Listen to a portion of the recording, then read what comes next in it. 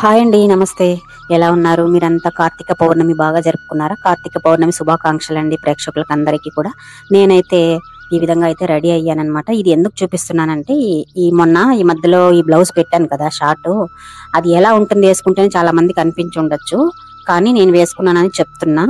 చాలా బాగుందండి. కంఫర్టబుల్‌గా ఉంది. బాగా మెత్తగా ఉంది. అసలు ఎంత బాగుందంటే ఆహ్, మెత్తగా ఉన్నదనమాట. అసలు గుచ్చుకోవటం లేదు. మామూలుగా బయట తీసుకునేటివి రెడీమేడ్ గుచ్చుకుంటూ ఉంటుంది అని అంటూ ఉంటారు కదా, అలా అంతా ఏం లేదు. థ్రెడ్ వర్క్ కూడా చాలా బాగుంది. వెనక కుచ్చులు కూడా ఇచ్చారనమాట. సరే ఇంకైతే నేను ఈ ఈ కార్తీక పౌర్ణమి శివాలయంలో దీపం పెడదామని చెప్పి 365 ఒత్తులు పెడదామని చెప్పి అనేసి అన్నారు మా వారు. పెట్టుపోయి అనేసి సరే అని చెప్పి నేను కింద ఆంటీ వాళ్ళు దేవి ఆంటీ, ఆమె పేరు కూడా దేవి, ఇంకా ఆంటీని పిలిస్తే వస్తాను నేను కూడా అనింది. సరే అని చెప్పి ఇంకా రావి చెట్టు కింద అయితే దీపానికి అన్ని రెడీ చేసుకున్నాను నేను. ఆంటీ అయితే అక్కడే తీసుకున్నారు. ఇంకా నేను ఈ విధంగా అయితే తీసుకొచ్చాను, ప్రసాదం తీసుకొచ్చాను, మిరియాల పొంగలి అవి తీసుకొచ్చాను. టెంకాయ కొట్టి ఈ విధంగా అందంగా రెడీ చేసి దీపం అయితే ఈ విధంగా పెట్టానండి. ఉసిరి దీపం కూడా ఒకటి పెట్టాను, దాంట్లో 2 ఒత్తులు వేసి. ఈ విధంగా అయితే అసలు రావి చెట్టు కింద ఎందుకు పెట్టాలి అని ఉండొచ్చు కొంతమందికి డౌట్. మా వారు 4 గంటకే లేస్తారండి ఉదయము. అప్పుడు టీవీలో చెప్తూ ఉంటే ఎవరో ఒకరు పండితులు మంచిగా చెప్తూ ఉంటారు, అవి విని పాటిస్తూ ఉంటారు కొన్ని. మీరు కూడా మంచి అనేది ఎవరు చెప్పినా వింటే మంచిదే అన్నమాట మీకు కూడా. సరే అని చెప్పి ఇంకైతే ఈ విధంగా వెలిగించు, అట్లే ఉసిరి చెట్టు కింద భోజనం చేసి వస్తే మంచిది అని కూడా అన్నారు. సరేలే ఇంకా ప్రసాదం అయితే తీసుకున్నాము, మిరియాల పొంగలి. ఈ విధంగా అయితే పూజ కార్యక్రమం అంతా అయ్యింది. ఈ విధంగా టెంకాయ కొట్టేసిన తర్వాత అప్పటికి జనాలు తక్కువగానే ఉన్నారులేండి. ముందుసారి వచ్చినప్పుడు నైట్ లో వచ్చాము, అసలు ఎంత జనం ఉన్నారో, అసలు లైట్లు కూడా లేవు అసలు ఆ ఏరియాలో అయితే. ఇది ఎక్కడంటే జీవకోన్ అనమాట. అందుకు 10:30, 11 లోపలే పెట్టాలంటేను సరే అని చెప్పి మేము వచ్చేసాము ఆ టైంకి కరెక్ట్ గా. కొంచెం తక్కువే ఉన్నారు జనాలు అయితే. మేమైతే ఎక్కువే ఉంటారేమో అనుకున్నాం కానీ ఏం లేదు, బాగానే తక్కువే ఉన్నారు జనాలు అయితే. ఈ విధంగా అయితే ప్రసాదం తీసుకొచ్చి ఇక్కడ పెట్టేసి దండం అయితే పెట్టుకున్నామండి. దీపం పెట్టి 365 ఒత్తులు దీపం పెట్టి మంచి నూనెతో.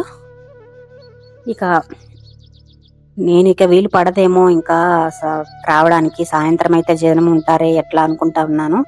ఎట్లా జనం లేరు. ఇంకైతే నేను దీపం పెట్టేసిన తర్వాత శివయ్య అష్టోత్తర నామాలు అయితే చదువుకుంటూ ఉన్నాను. సరే ఆంటీని అయితే పట్టమన్నాను వీడియో. పాపం తికమక అయిపోతూ ఉంది వీడియోని పట్టడానికి. సరే మొత్తానికి అయితే ఏదో ఒక బిట్ అయితే పట్టింది. సరే ఇంకైతే నేను అసలు రావి చెట్టు కిందనే ఎందుకు పెట్టాలా, ఎడైనా పెట్టచ్చు కదా అని డౌట్ ఉంటుంది కదా. ఆ రావి చెట్టులోనంట బ్రహ్మ విష్ణు మహేశ్వరులు ఉంటారంట కొలువయ్యి. మనం అక్కడ పెడితే సకల పాపాలు తొలగి జీవితంలో మంచిగా భవిష్యత్తులో బాగా ఎదగచ్చునని చెప్తూ ఉన్నారంట. ఇంటిల్లిపాదికి మంచి జరుగుతుందని కూడా చెప్పారట. అందుకోసమైతే వచ్చి పెట్టానండి దీపము.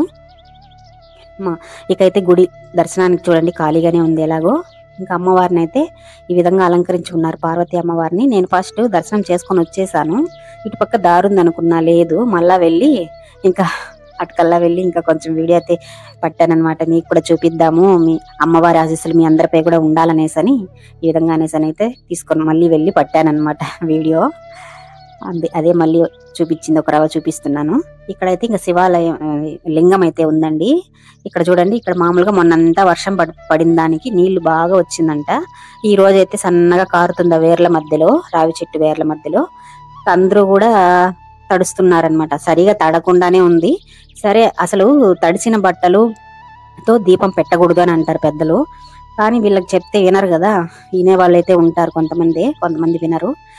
ఉన్నీలే పర్వాలేదులే అని అంటారు. ఒక ఆవిడకి చెప్తే దానికన్నా చల్లుకొని వెళ్తే సరిపోతుంది. అందుకని మేమైతే ఇంతకు ముందు మునిగేసి కూడా బట్టలు మార్చుకొని వెళ్ళే వాళ్ళం, దీపం పెట్టే వాళ్ళము.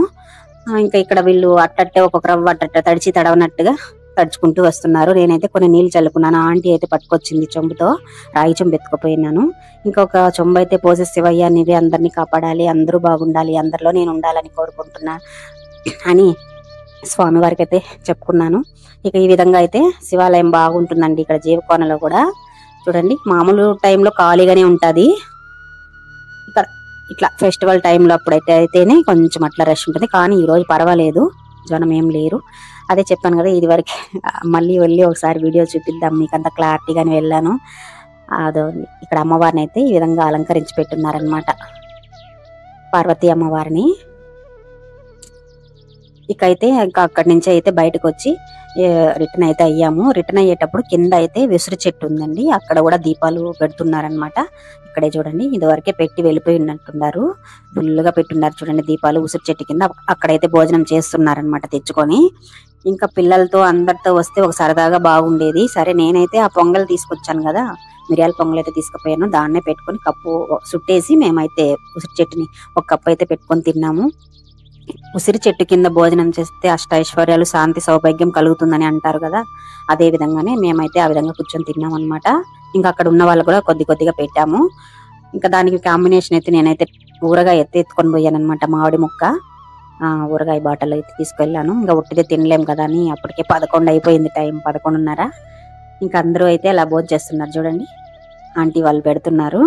ఇంకా మేమైతే తిన్నాము. సరే ఇంకా అక్కడి నుంచి అయితే వెళ్లే లోపల 12 అయిందండి. భోజనం చేసి తినేసి మేము వెళ్లే లోపల ఎండ కూడా ఫుల్ గా వచ్చింది. ఏం ఇంత ఎండ కాస్తుంది ఒక్కపోస్తుంది అనుకునే టైంకి ఇంటికి పోయే లోపలే ఫుల్ వర్షం పడింది అనమాట. ఇంకప్పటికి నేను బట్టలన్నీ పైన ఆరబెట్టినాను, గబగబా వెళ్ళి తీసే లోపలే వాన పడిపోయింది. చూడండి ఎట్లా వస్తుందో వర్షం. ఆ విధంగా అయిందనమాట నా కార్తీక పౌర్ణమి పూజ. నచ్చితే లైక్ చేయండి. పిల్లలకు ఉదయం అయితే లంచ్, టిఫిన్, క్యారియర్ అంతా కూడా కట్టేసాను, అదే మిగిలి ఉనింది. ఇంకా నేను పొంగల్ కొద్దిగా చేసాను, అది కూడా ఉనింది. చట్నీ చేశాను, అన్ని ఉంది. కానీ పిల్లల్ని అడిగాను అనమాట, ఈ రోజు పండగ కదా ఏమన్నా చేస్తాను సాయంత్రం వచ్చి తినండి అని. మాకేం వద్దన్నారు, కానీ నాకు మనసు ఉండలేదు, చేశాను. పార్ట్ 2 లో చూడండి తప్పకుండా.